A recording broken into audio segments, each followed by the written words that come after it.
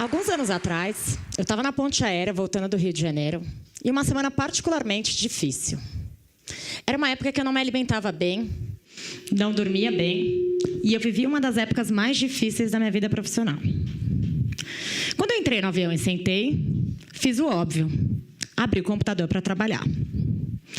Logo a aeromoça veio me pedindo para fechar, dizendo que o voo estava lotado e que não era permitido, na verdade, dizendo que eu estava na saída de emergência e que não era permitido o uso de computadores. Eu tentei mudar de assento, obviamente, mas o voo estava lotado. E então, como de costume, eu já estava pronta para colocar o meu fone de ouvido, quando eu escutei a seguinte frase: por que você não aproveita esses 40 minutos para você? Eles não vão mudar nada na sua vida. Quando virei, um homem simpático sorriu e continuou dizendo: sabe que eu já mudei do Brasil faz um tempo, mas me assusta, cada vez que eu venho para cá, ver as pessoas trabalhando e vivendo nesse ritmo e ver que eu vivia exatamente assim. Eu fiquei envergonhada, tentei jogar o assunto para o esporte, maratona, bicicleta, mas logo ele me perguntou: e o computador, hein? O que tem nele de tão importante? Eu contei que trabalhava no LinkedIn e ele me perguntou se eu conhecia o Oswaldo, que era o nosso CEO na época. Eu disse, claro. De onde você conhece ele? Então ele me disse, eu vim desse mercado. Fui eu que trouxe o Google e o Facebook para o Brasil. Gente, eu fiquei desesperada. 1000 conexões passaram na minha cabeça, pessoas, frases, notícias. Eu sabia quem tinha trazido o Google e o Facebook para o Brasil. Esse cara era uma referência para mim. Mesmo super empolgada, naquele momento eu contive a minha surpresa, agi naturalmente e disse: ah, você é o Rohagen? E ele me disse: sou. O fato de eu não saber quem era ele me deixou mais à vontade para eu ser eu mesma. Pelo menos até aquele momento, né? A gente falou sobre diversos assuntos. Startups, empreendedorismo, projetos sociais, Google, Facebook, Instagram. Podia dizer que eu tinha ido para a Europa. Mas já chegando em São Paulo, eu pensei, o que eu poderia perguntar para esse cara que, de alguma forma, poderia mudar a minha carreira? Então, criei coragem e disse, o que você olha antes de contratar alguém? Entendendo que ele deveria ter contratado um time muito bom para essas empresas estarem onde elas estão hoje. E ele me disse que eu olhava basicamente 5 coisas, mas que tinha uma que chamava muita atenção dele, que era entender quem era aquela pessoa fora do ambiente de trabalho. Ele me contou, então, um caso de quando ele contratou uma pessoa para o Google, para a área financeira, que era um palhaço fora do escritório, e disse que aquilo tinha chamado muita atenção dele. Eu aproveitei e contei que no LinkedIn, todos os meses, a gente tem uma reunião com todos os funcionários da empresa, em que os novatos têm que ir lá na frente se apresentar e contar algo que não está no perfil do LinkedIn deles, que era uma maneira parecida de descobrir essa habilidade. E já na fila do táxi, nos despedindo, então, ele me perguntou, e me dizem, o que é que não está no seu perfil do LinkedIn? Eu fiquei um pouco sem graça, não sabia muito o que falar, e acabei contando sobre um hobby novo que eu tinha na época, e disse que era DJ. O que eu não podia imaginar é que ele ia virar super empolgado e dizer, mentira, eu também sou DJ. E foi nesse dia, no caminho de volta para casa, que eu comecei a pensar sobre o profissional do futuro. Na verdade, mais ainda sobre eu, como uma profissional do futuro. Não é novidade para ninguém que a tecnologia está mudando o mundo e nos levando para um futuro ainda desconhecido. Nos próximos anos, a inteligência artificial vai excluir centenas de milhares de pessoas do mercado de trabalho. E esse é um problema em escala global que vai afetar a economia de todos os países. E se, por um lado, já existe um movimento para esse assunto, me assusta ver que a maioria das pessoas não fazem ideia sequer do tamanho dessa ruptura tecnológica que está para acontecer. E eu não estou falando de algo que vai acontecer daqui 200 anos. É uma mudança que já começou e vai se intensificar demais nos próximos 10 ou 20 anos. A substituição de emprego por robôs e softwares tem sido tema de diversos estudos. E um deles, da Universidade de Oxford, aponta que aproximadamente 47% dos empregos tendem a desaparecer nos próximos 20 anos. E aqui eu não estou falando só de motoristas, operadores de telemarketing e corretores.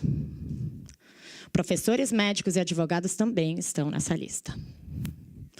Atualmente, um site chamado WebMD, que é uma coleção de sites de saúde em que as pessoas podem fazer consultas online, recebe mais visitas do que todos os médicos dos Estados Unidos. Já no mundo das disputas judiciais, todos os anos, mais de 60 milhões de desacordos entre comerciantes do eBay são resolvidos através de resolução de disputas online, ou seja, robôs, ao invés de advogados e juízes. E se a gente pensa que só nós, profissionais, vamos ser transformados em robôs, o Vaticano concedeu a primeira licença digital a um aplicativo chamado Confissão, que vai ajudar as pessoas a se prepararem para se confessar. E eu fico imaginando como será que vai ser se confessar para um robô padre. Pois é. Se de um lado a gente tem esses milhões de empregos desaparecendo, é claro que diante dessa nova economia, muitos novos empregos vão surgir. Mas existe um ponto importante aqui.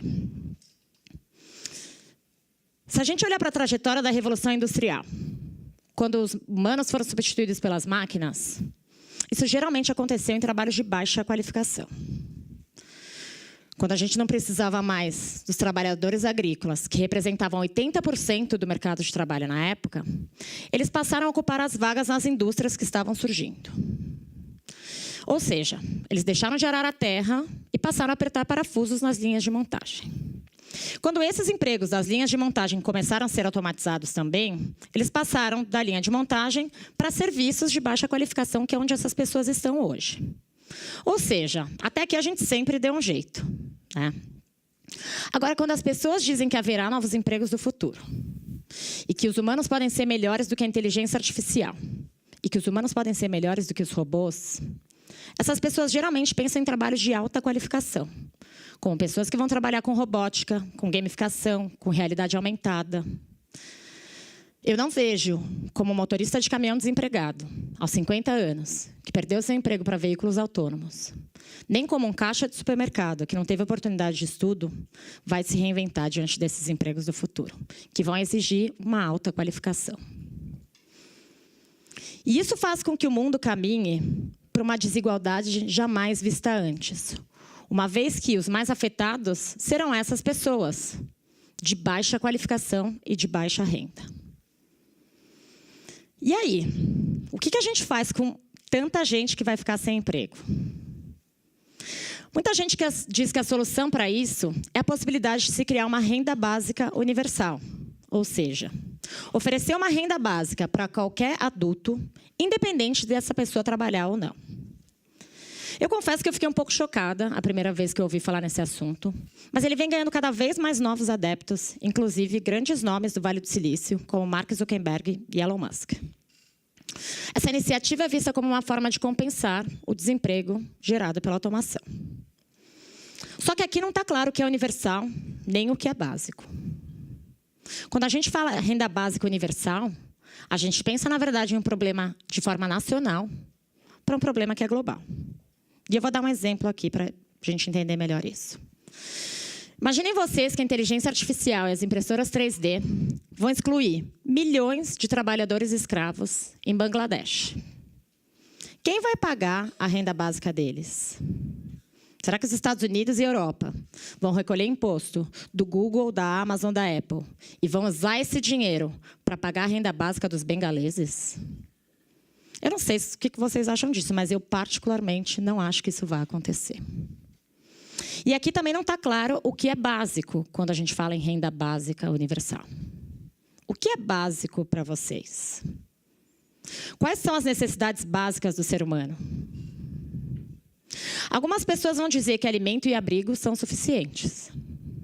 Já outras vão dizer, educação tem que fazer parte desse pacote. Mas se a gente falar de educação, de quanto tempo a gente está falando? 6 anos? 12 anos? PhD? Quando as pessoas perdem a sua empregabilidade, a única coisa que vai lhes restar é a renda básica universal. Então, o que compõe essa cesta é uma questão ética muito delicada. A gente está falando do provável surgimento de uma enorme classe de pessoas ociosas. E aí eu fico pensando, será que essas pessoas que reclamam tanto do trabalho vão ficar felizes com essa possibilidade? Ou será que doenças como estresse, depressão, obesidade e até suicídio vão se agravar ainda mais diante dessa falta do que fazer. Então, como a gente se prepara para esse mundo que a gente nem sabe ainda bem qual vai ser? Afinal, quais são os empregos do futuro? Detetive de dados? Psicólogo de robôs? A verdade é que eu não tenho essa resposta. Não sei dizer quais são os empregos do futuro e eu acho que talvez ninguém ainda tenha essa resposta. Do mesmo jeito que 10, 12 anos atrás, a gente não sabia que iam existir youtubers, motoristas de Uber, desenvolvedores de aplicativo, jogadores de League of Legends. A gente também não tem como dizer quais serão os empregos do futuro. 65% das crianças que estão no ensino médio hoje vão trabalhar em um emprego que ainda não existe. Mas então, como que essas escolas e essas universidades se preparam diante de um futuro tão incerto? Eu já estive algumas vezes no Vale do Silício visitando as universidades mais inovadoras de lá. Eu visitei universidades sem campus, universidades sem professores, colégios para crianças superdotadas que aprendem através de projetos, com impressoras 3D, corte a laser. Eu fui em uma universidade do Google com a NASA, que fica dentro da NASA. Eu vi muita coisa muito legal e muito interessante. Mas uma das que mais me chamou a atenção foi uma escola chamada Minerva School, em que, além de várias coisas super legais que eles têm um foco muito grande em desenvolver as habilidades comportamentais de seus alunos. Foi lá uma das primeiras vezes na vida que eu ouvi dizer que as habilidades do futuro não serão as habilidades técnicas, e sim as habilidades comportamentais. Uma vez que, com a inteligência artificial, os robôs poderiam aprender quase qualquer habilidade técnica que a gente tem hoje, mas, ao menos não tão cedo, poderiam desenvolver as suas habilidades comportamentais. O World Economic Forum reforçou esse insight quando listou e apresentou ali quais serão as 10 habilidades mais importantes para o profissional do futuro. E confirmou que todas elas, sem exceção, serão habilidades comportamentais e não técnicas. Em outras palavras, para ser bem-sucedido, esse profissional do futuro vai ter que saber como pensar e não mais o que pensar. A maioria das escolas e das universidades hoje nos ensinam o que pensar e não como pensar. A gente cresceu ouvindo dos nossos pais, dos nossos professores, dos nossos chefes e da sociedade em geral o que era certo e o que era errado.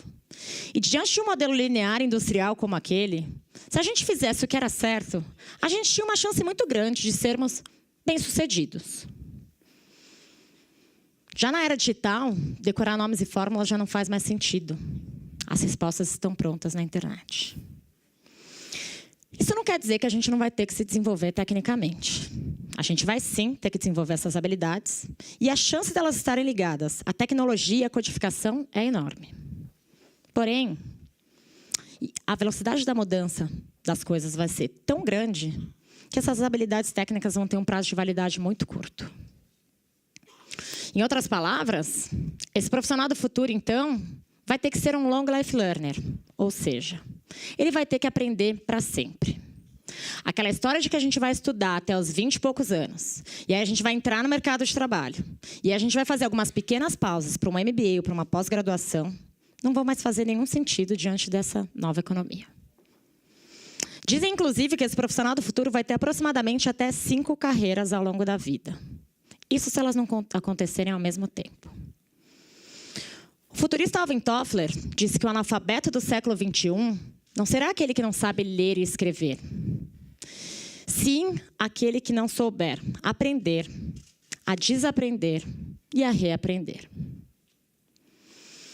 É claro que isso tudo são possibilidades. Mas o que eu sinto é que, independente do que vai acontecer no futuro, nós, humanos, hoje, estamos ficando cada vez melhores em compreender o cérebro e a inteligência. Mas a gente está evoluindo cada vez menos a nossa consciência. E as pessoas confundem inteligência e consciência. Inteligência é a capacidade de resolver problemas. E consciência é a capacidade de sentir. A gente está criando inteligência artificial, mas a gente não está criando consciência artificial. Dizem que no ano de 2029, um computador vai se tornar tão inteligente quanto nós, seres humanos. E que em 2045, um único computador vai ser mais inteligente do que toda a humanidade junta. Porém, não há nenhum indício de que esses computadores vão se tornar conscientes, ao menos tão cedo. Eles não vão poder sentir. E se é isso que vai diferenciar a gente dos computadores, isso que vai diferenciar a gente dos robôs, a gente tem que começar a desenvolver mais a consciência humana. A gente está cada vez mais desenvolvendo o nosso externo e esquecendo de olhar para dentro da gente. Cada vez mais nos é cobrado que a gente seja o melhor profissional, o mais bem-sucedido, o mais inteligente, o mais competitivo. Mas ninguém ensina a gente a lidar com as nossas emoções. E se a gente não aprender e não entender que a felicidade não está em ter, e sim em ser, a gente vai continuar criando mais e mais robôs humanos. Pois não é preciso ser um robô para agir como um. Então, hoje, quando eu penso, quem será o profissional do futuro? Quem serei eu como profissional do futuro? Para mim, o profissional do futuro vai sim desenvolver as habilidades externas. Mas se ele não desenvolver os skills internos e conseguir equilibrar isso dentro dele, a chance dele viver uma vida medíocre e infeliz será muito grande. Em outras palavras, o ser humano, o profissional do futuro, nada mais é do que um ser humano do futuro. E hoje, quando me perguntam o que é que não está no meu perfil do LinkedIn, eu digo que, além de ser DJ, eu venho acordando de anos em que eu vivi anestesiada. Eu levei anos para perceber que eu era uma perfeita ninguém. Que eu respondia à demanda da sociedade, às demandas do meu trabalho, às demandas da minha família, menos as minhas. Até porque eu não tinha a menor ideia de quais eram as minhas próprias vontades, senão atender às expectativas dos outros. E hoje, quando me perguntam o que é que me fez acordar de tudo isso, foi o amor. O amor em perceber, descobrir e aceitar a beleza das minhas próprias imperfeições. E vocês? O que é que não está no seu perfil do LinkedIn? Obrigada.